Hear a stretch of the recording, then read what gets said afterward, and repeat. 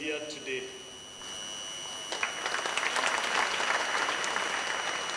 And let me also thank you for finding time to honor me with your presence. And for those who are watching us live, the television, those who are listening to the radio, those who are streaming live, this is about us. I'm honored. I'm greatly honored. Let me thank the Secretariat who made it so nice, worked behind the scenes, as Ronnie said, for the last 2 years in readiness for launching of this day.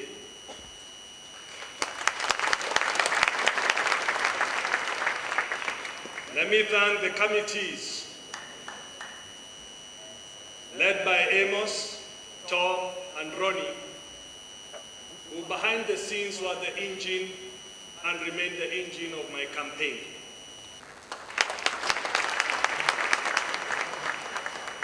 Let me also thank thousands of volunteers who signed in for this campaign, who've kept me going, and who've always played host whenever I've traveled around the country.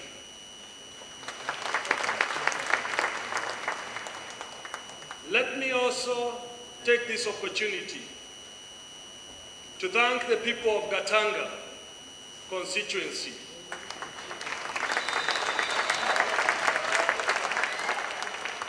who made me what I am in terms of leadership, who worked hand in hand. But I say to you, I have good memories, but I ask of you to let go of me to answer the call of national duty.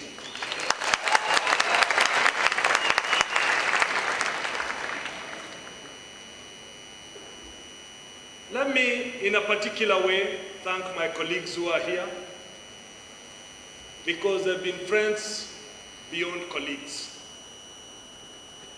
The Minister for Local Government, Honorable Tuoma, was part of my youth league before he became a member of parliament. Many times he was locked in and we got him out. That is here with us today. There are members of the diplomatic corps who are here, and in particular, without trying to singularize one, let me thank Her Excellency, the German Ambassador, Margit, for the work you've done for the people of Gatanga.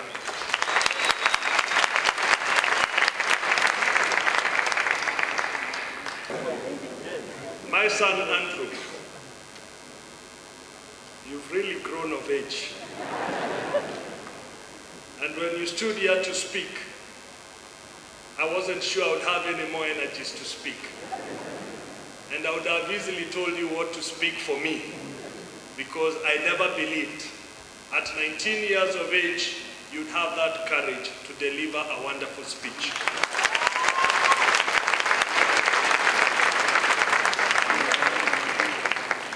To my family, and they are here,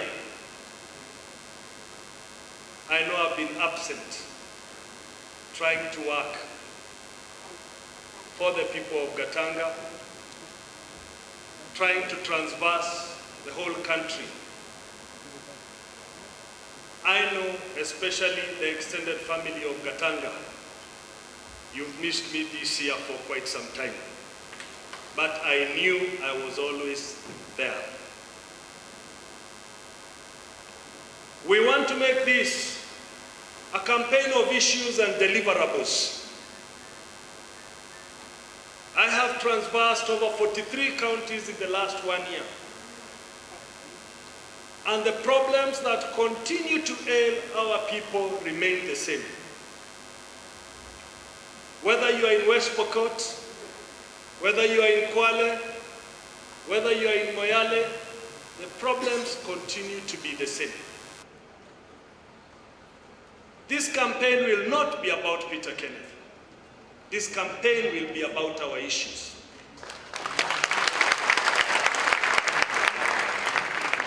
And we must not personalize this campaign, because it's about you.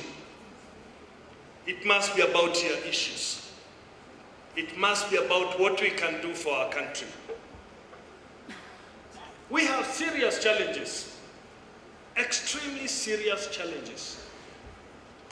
In fact, when I look at them, they are twin challenges. We have a high rate of unemployment, 40% rate of unemployment. Yet we know that 52% of our population is below 18, and we ain't seen nothing yet.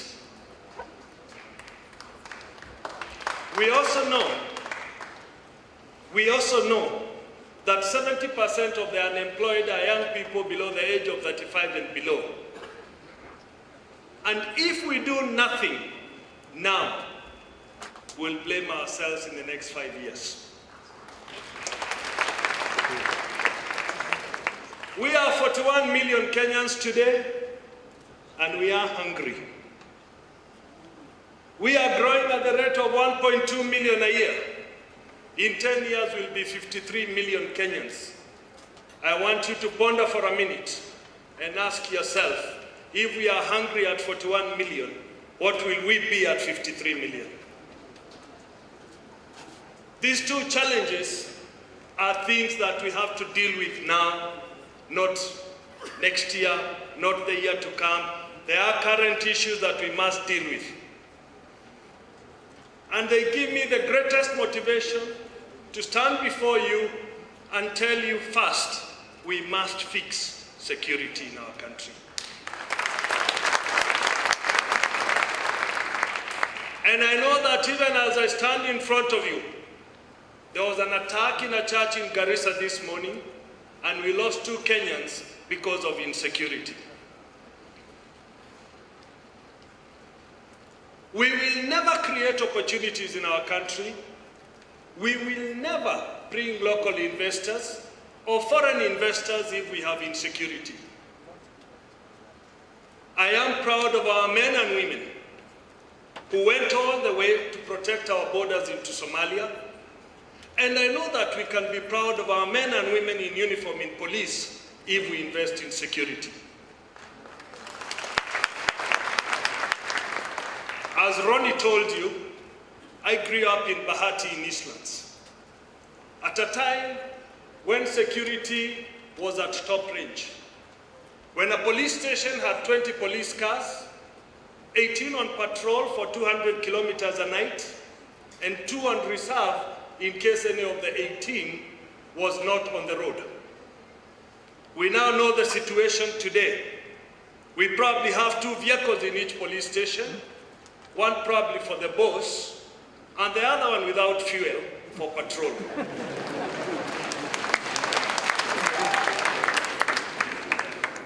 And I feel for our police. They are poorly paid. They are short of vehicles to the tune of 3,000 as we speak, and they do not have housing units amounting to about 27,000 units. If we invest in security, and we must invest in security, then we will have an opportunity, and this is what I want to create so that everybody has an opportunity to invest in our country. 2, we need and we must grow our infrastructure.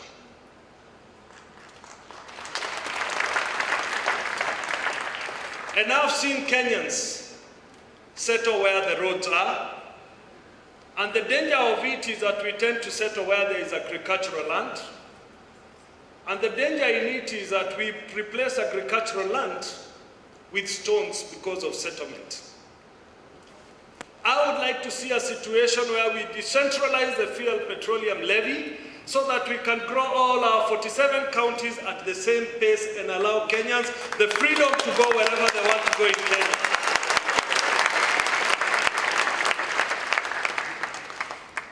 I want to see a situation where we open our country. We must open our roads from Mazeras going to Kwale, going to Diani, if we must take the advantage of the potential in Diani. We must open up the roads from Mazeras going to Ganze, going all the way to Kilifi, if we must take advantage. We must accept that the cost of new ferries and maintenance of them is more expensive than putting up a bridge over Likoni Channel. We must accept that many of our people waste a lot of time in traffic jams, and that most of our jams in urban areas have today become car parks.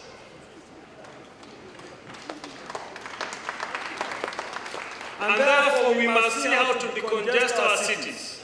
We must see how to bring in public transport.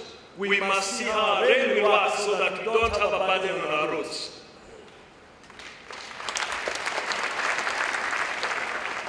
Ladies and gentlemen, we are a water-scarce country. And for a long time we've depended on rain-fed agriculture. It won't do because of climate change. We must now deliberately build dams and conserve water because we need water to drink, but with a growing population you'll need water for irrigation.